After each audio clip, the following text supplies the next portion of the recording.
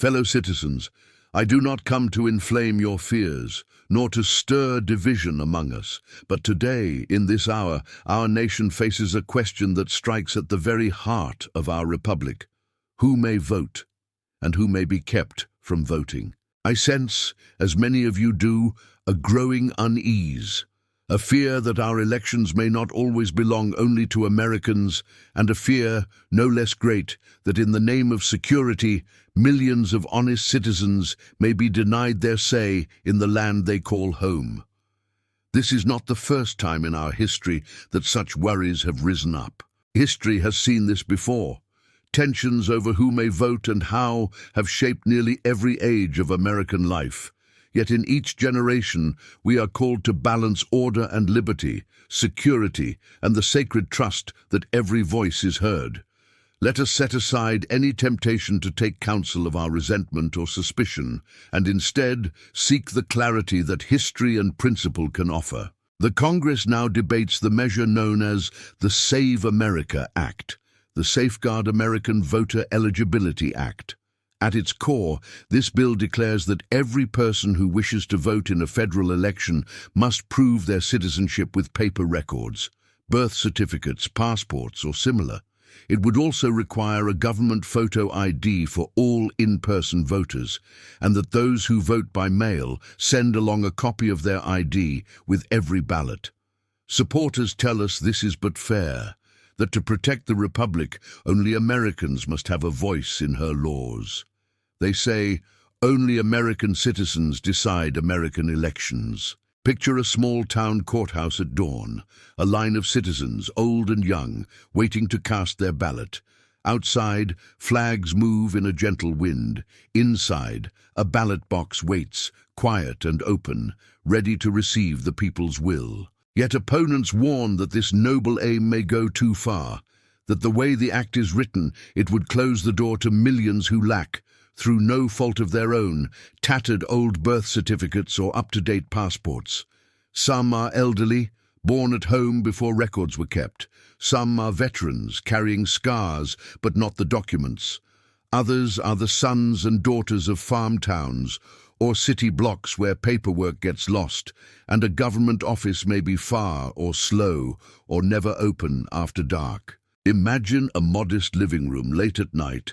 A grandmother, her hands trembling, searches through boxes for the paper that proves she is American.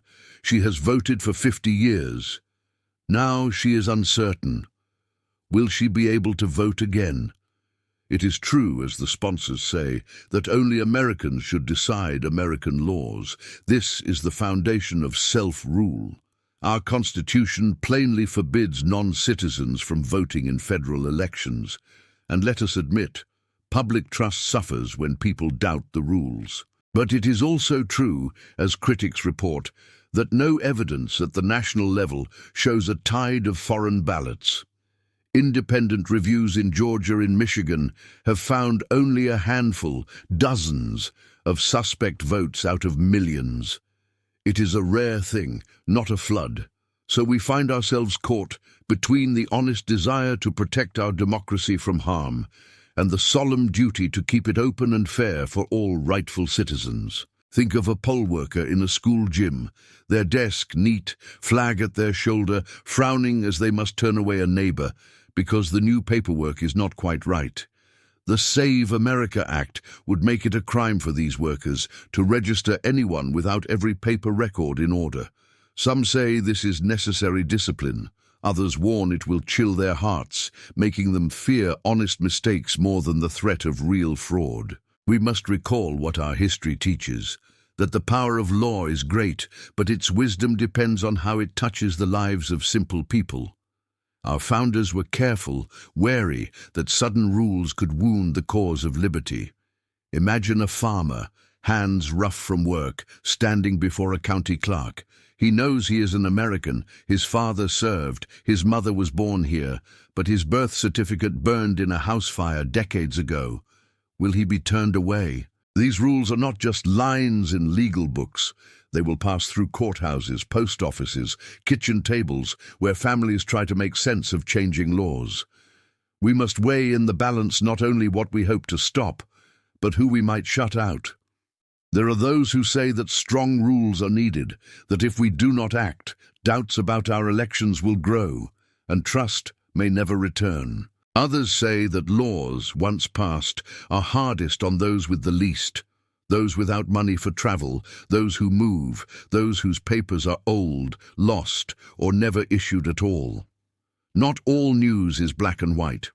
There are faults in both the easy answer and the strict command. Our system already bars non-citizens from voting. Few have slipped through, and almost none have swayed outcomes. The question, then, is not only of principle, but of proportion and method. Picture a clerk in a crowded county office, files stacked high, as anxious voters wait to hear if their names are on the rolls. The clock ticks on, election day draws near. Will all who have the right be granted the power to use it? The Save America Act calls for strong proof, but 21 million Americans may lack the required papers, 9 out of every 100.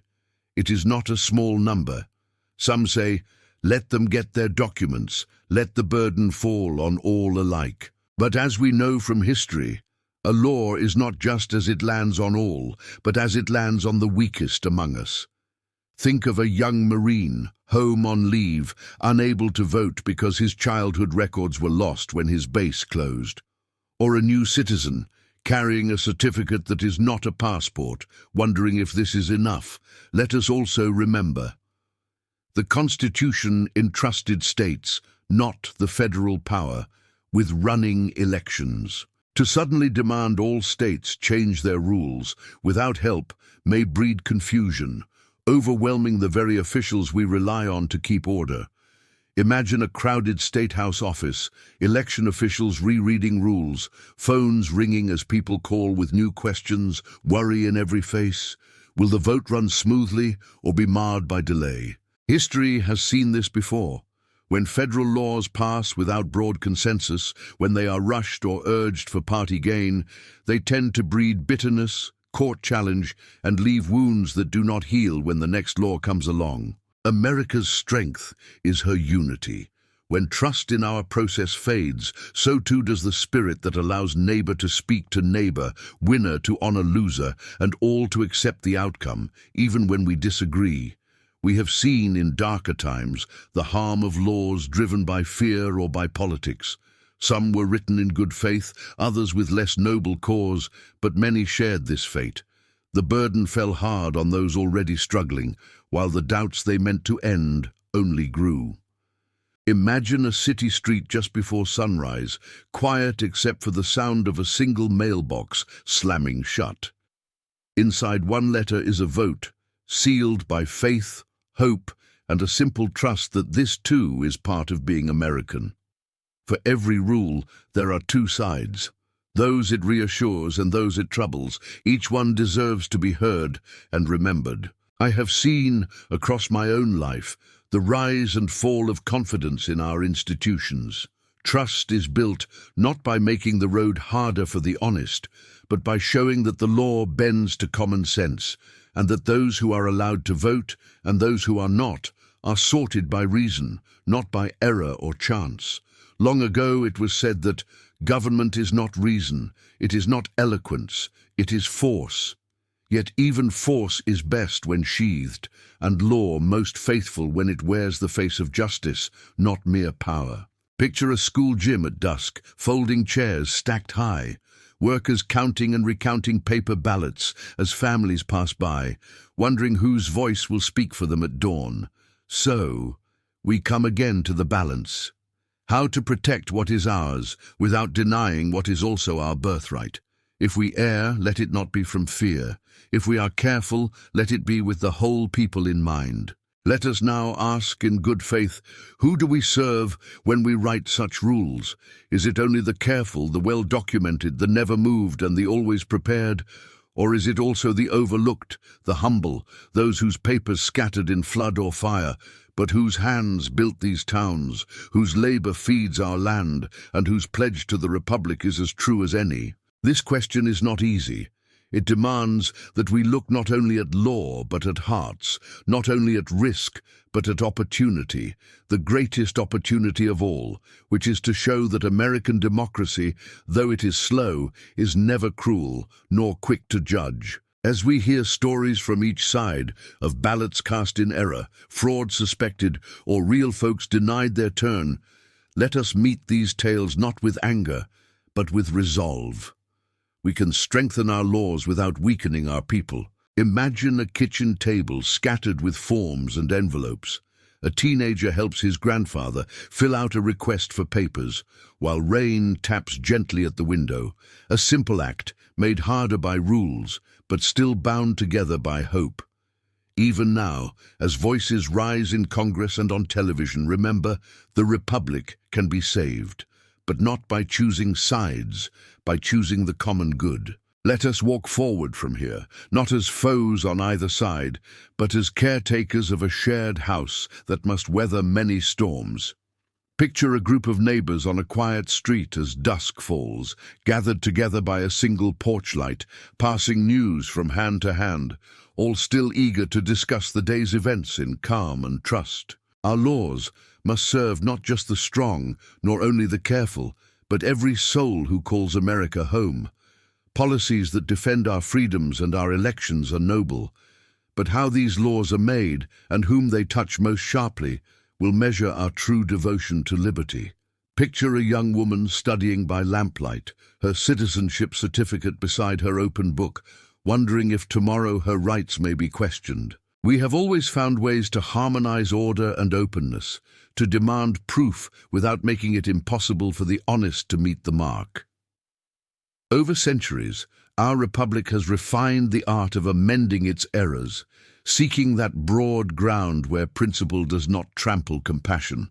Imagine a county fairground on voting day, the sun high, flags flapping, people of every background standing in line with quiet hope, trusting that their vote will count.